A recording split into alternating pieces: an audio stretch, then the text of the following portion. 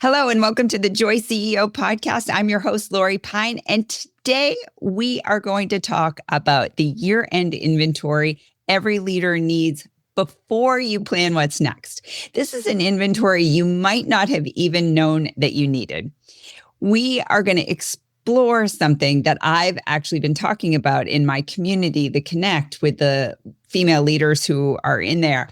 And it's about the year we just lived through and this very rare, powerful energy that we're stepping into right now. So after listening to this podcast episode, here are the 3 things that you should be able to walk away with. 1, a way to gently inventory what you might have shed in 2025. Even the things that you might not realize that you actually let go of.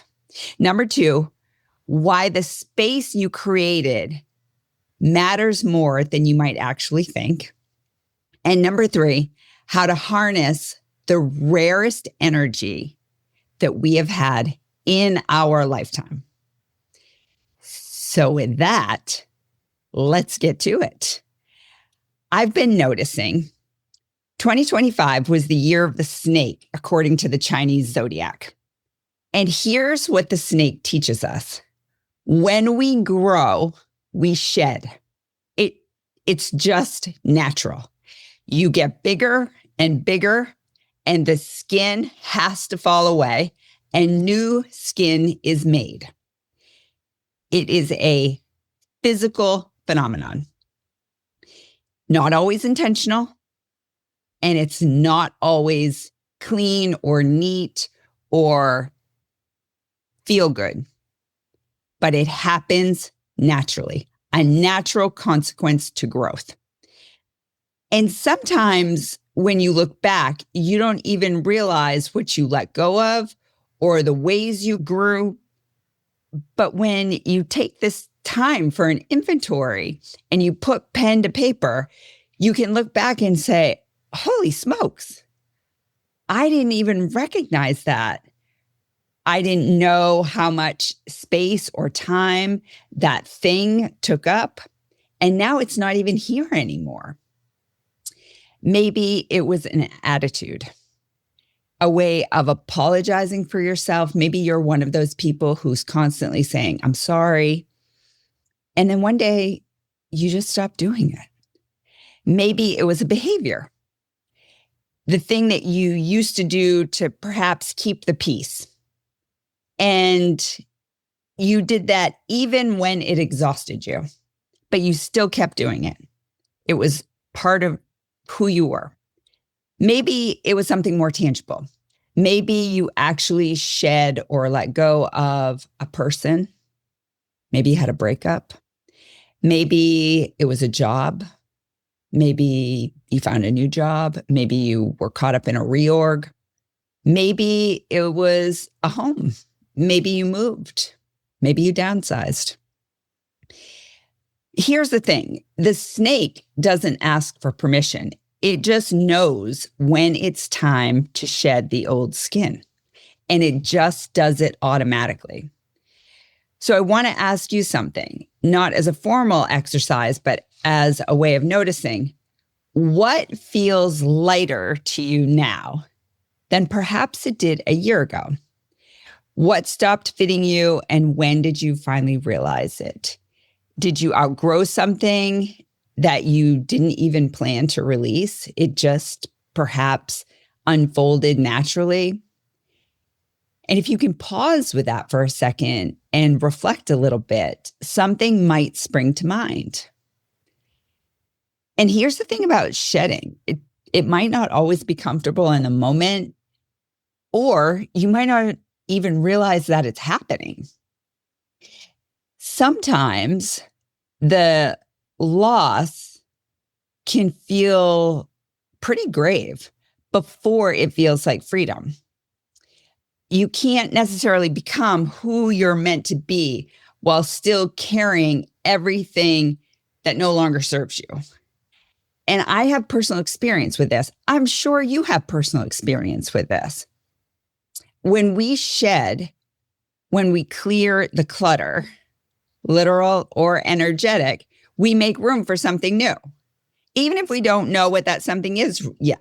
You know, when you finally clean out your closet, like you've got stuff all over your closet, stuff's on the floor, stuff's hanging over the hanging stuff, and it's coming down over the shelf on the top. And finally, you're like, I have to clean my closet. And that day that you do, and you walk into this clean, organized, tidy closet, and you've got the 17 bags that are going to the Salvation Army or the Goodwill, and you can finally breathe easier in your closet, and you can see everything, and it's all lined up, and it's color coded, and the long sleeve shirts and the short sleeve shirts and the pants and the jeans are all organized. That's what happens energetically when we shed what no longer fits our life. It's like standing in the closet that's now tidy and neat. And so let me give you an example of what I mean, other than the closet, which we can all relate to. So when I got divorced, I didn't date right away. My marriage, in full transparency, was a bit of a disaster. And I really needed to take some time, not only because I had really young children, but to do some introspective work. Like, how did I get myself into this situation? And I ended up being single for a really long time because I needed to be. I needed to do that inner work so that I didn't end up attracted to or calling in to my vibration the same type of person who I had just divorced. In order to change that energy, I had to change me. And so I was able to get myself in order and understand who I wanted to be on my own merit. What did I like? What were my hobbies? What were my interests?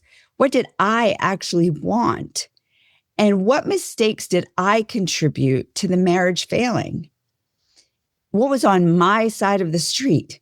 It was really important that I do that inventory so that I could understand myself in order to show up at some point in the future in a relationship as the best version of me.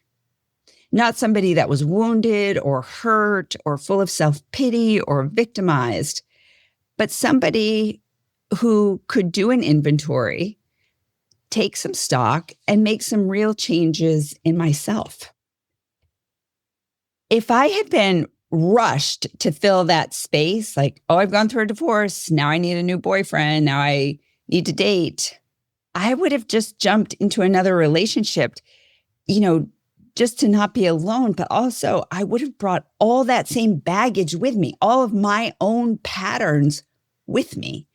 And it was the space that allowed the transformation to happen. It was the space that allowed me to breathe and to recalibrate. The same thing when I left my corporate job to become a stay-at-home mom. My son was 17. I left. I could have gotten another job. I could have done some consulting.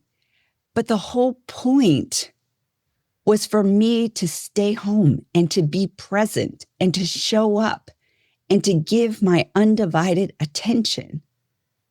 I can't tell you how difficult that was. I couldn't busy myself with other projects and other jobs. That would have defeated the entire purpose. And it was in that space, the intentional emptiness, that I found so many gifts, as uncomfortable as it was. Gifts I would have never, ever discovered if I had kept myself occupied, preoccupied, busy, and distracted. So here's what I'm really trying to say. You don't have to immediately fill space that you've just created. Just like if you cleared out a section of your closet You don't automatically have to go out and buy new clothes to fill that part of your closet. You can actually just let your closet breathe and see what happens. And so you don't have to know what comes next. You don't have to create room in order to make sure that you're comfortable. Because energy is on its way to you. And energetically, the universe knows that you're freer now, that you're lighter, that you are available. And so that availability shifts what's possible for you. So if you've been feeling a little spacious lately, a little more open than you've felt in a while, that is not a coincidence at all. That's what happens when you shed the weight you've been carrying. And that space you're now in right now, it's not a problem to be solved. It's where the real transformation and shift is about to happen. So 2025 was intentionally this year of shedding.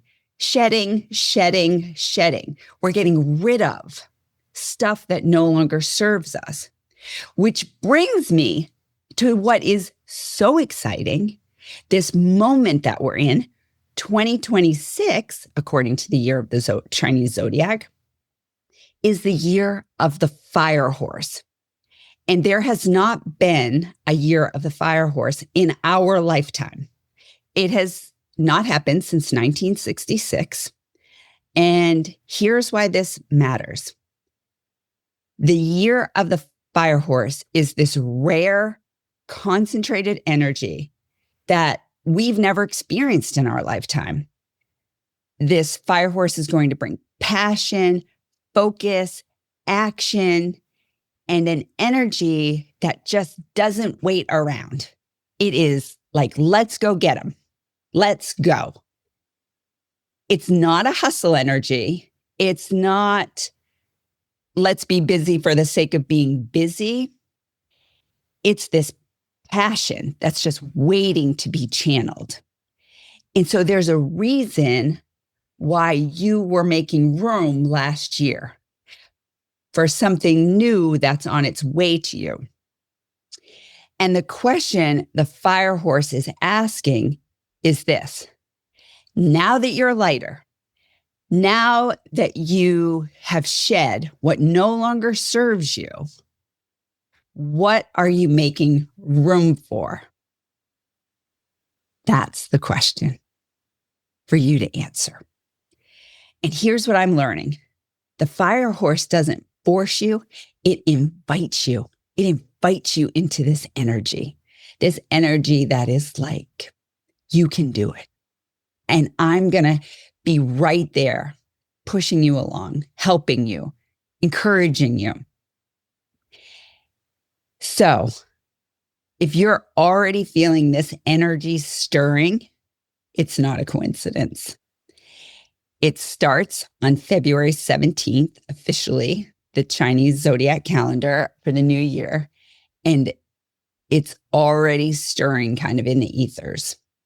So there's some time to continue shedding what's no longer serving you in order to make space for this fire horse energy, this passion that you want to invite in so that you can be ready. All right, here's the invitation I have for you. It's what I want to offer. You do not need to have all of the answers. You don't have to know exactly what you're making room for. But you can start by noticing, by paying attention, seeing what feels lighter. Notice what you're not carrying anymore. And notice with some curiosity, not pressure. We want to be curious. Where you feel a spark. Where is your energy moving towards? Is it a pull? Is it a whisper? Is it something that just wants your attention? That's the fire horse energy, and it's available to you. You just need to be aware. And it's nothing that you have to earn or prove. It's just there for you for the making and the taking. And because for the past 12 months, you've already been making space for it. That space matters. So here's what I want to make sure that you do. Grab a pen when you have a moment and take an inventory of everything that you've shed in 2025, the things you've gotten rid of, the things that have changed, the things that are no longer the same. And all of that will lead you to kind of a visual representation of room that has opened up for you. And as you think about how you're going into 2026 with this passionate fire horse energy that's going to be focused and full of action, and not just action, but the right action, the action that's going to get you where you want to go, where you are meant to go, where you're destined to be. Think about what that starts to look like for you, where your energy starts to pull you towards. All right. That's it for our episode. Thank you so much for being here. Thank you for listening. If this episode resonated with you, I'd love to hear what you have shed and what you're making room for. You can always send me a note on Instagram or LinkedIn. You can email me at lori@loripine.com. And if you haven't already, please make sure you share this episode with one of your besties. We always share with our besties, whether it's our favorite lipstick or our favorite new shoes, but share this episode. And be sure to join my email list. That's where I share all my favorite thoughts, ideas, and ways that you can lead with joy. Head on over to loripine.com and you can join my list. Glad to be doing it with you. Until next time, let's lead with joy. Take care, everybody. See you next week.